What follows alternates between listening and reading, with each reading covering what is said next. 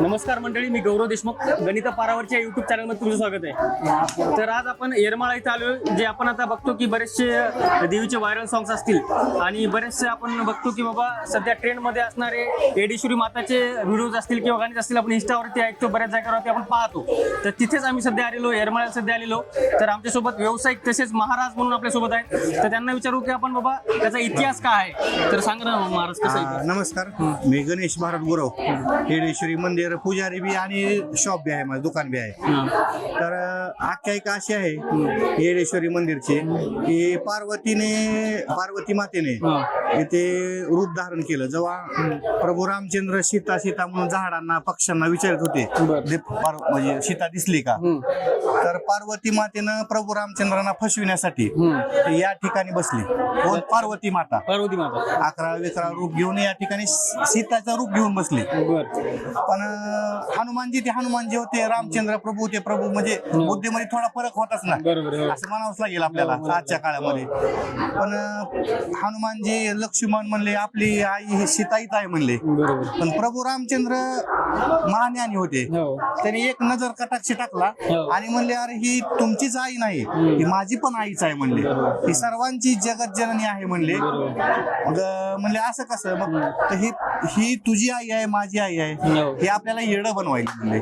मग त्या नावाने येडवरी येडेश्वरी. मग ती आईला राग आला, मग ते राग आल्यामुळे ती हे रूप धारण केलं, येडेश्वरी नावानं प्रचलित झालं. मग येडेश्वरी नावानं प्रचलित, येडेश्वरी हे ठिकाण प्रभू रामचंद्र वनवासात असताना ह्या ठिकाणाहून गेले. हे बालाघाटाच्या रांगायचा दंडकारण्य म्हणून संबोधलं जातं याला. येरमाळा गाव इथून 4 किलोमीटर आहे. 4 किलोमीटरवरून इकडं मंदिराला यावं लागतं दंडकारण्यामध्ये. आता मी बघतो इथे बरेचसे वेगवेगळे नवस असतात, म्हणजे आता पहा की डोंगराला आपण धागा बांधलेला असते किंवा कोणी काहीतरी वर असं याच्यामध्ये नेते, तर ते कसे नवस आहेत त्याबद्दल थोडं सांगा. 2.25 किलोमीटरचा येडा आहे. 2 किलोमीटर सरासरी आहे. सव्वा कोसाचा म्हटला जातो वेडा. एक दोरा वेड्याचा घातला जातो असे म्हणजे प्रचलित आहे किंवा काही जणांचा अनुभव आहे. माझा बी अनुभव आहे त्याचा. डोंगराला वेडा घातला दोऱ्याचा की आपल्या संसारातला वेडा निघून जातो. असं म्हणजे संसार जर वेड्यात अडकला असेल, दोऱ्याचा वेडा घातला की संसारातला वेडा सगळा निघून जातो आणि आईच्या कृपेने त्याचा संसार हा सुख समाधानाचा होतो. त्यामुळे लोक 2 किलोमीटर वेडा घातला जातो. 2 किलोमीटर पाठीमाग पाहायचं नसतं आणि आई राजा उद एवढंच बोलायचं, एकमेकाला बोलायचं नाही, असा नवस आहे. असं नव्हतं. आता काही लोक जे असतात, आपल्या बऱ्याचशा पायऱ्याला मी हळद लावलेली बघितली, तर त्याची परंपरा काय? आता माझ्या लहानपणी हळदीची प्रथा नव्हती. पण काय विषय होता की कुणाचं लग्न जमत नसेल तर 5 पायरीला 2 बोट लावायचं. माझ्या लहानपणी 10-12 वर्षाचा असताना. पण आता ही जास्त अति झालंय, त्यामुळे येडेश्वरी देवस्थान मंदिरानं बंदी आणलेली आहे. हळदी लावायची नाही, फक्त 5 पायरीला लावायचा मान होता. पण तो बी आता वरच्या पारी लावा किंवा पहिल्या पारी लावा असं होतं, पण ते बी बंद केलेलं आहे. देवस्थान ट्रस्टने बंद केलेलं आहे. माझा एक प्रश्न होता अजून की बाबा एक ते छोटं बाळ असतं एका ह्याच्यात, तर त्याचं काय? परसराम आहे तो. परसराम आपल्याकडे आहे तिथं. परसराम जो आहे तो बाहुलीच्या रूपात पूजला जातो.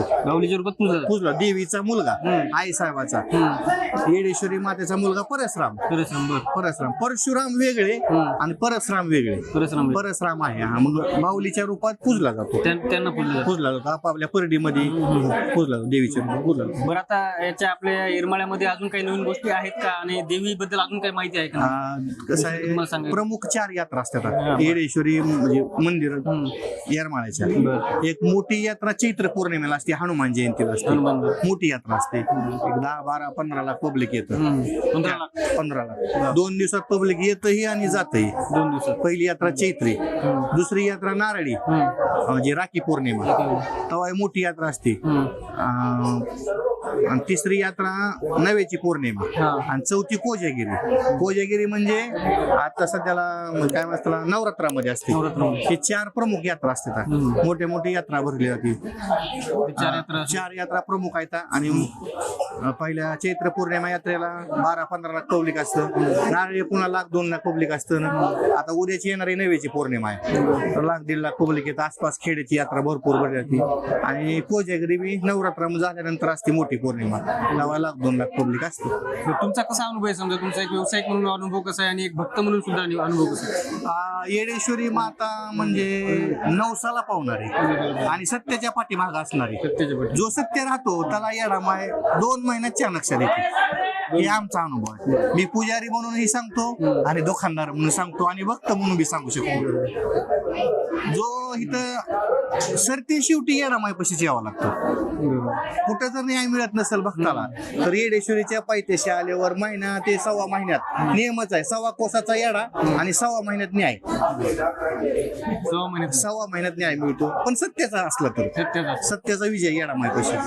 आणि तुळजापूरची धाकटी बहीण म्हणून संबोधलं जातं. तुळजापूरची मोठी आणि येडेश्वरी लहान. तुळजापूरला गेल्यानंतर येडेश्वरीला यावंच लागतं, तेव्हा दर्शन पूर्ण होतं.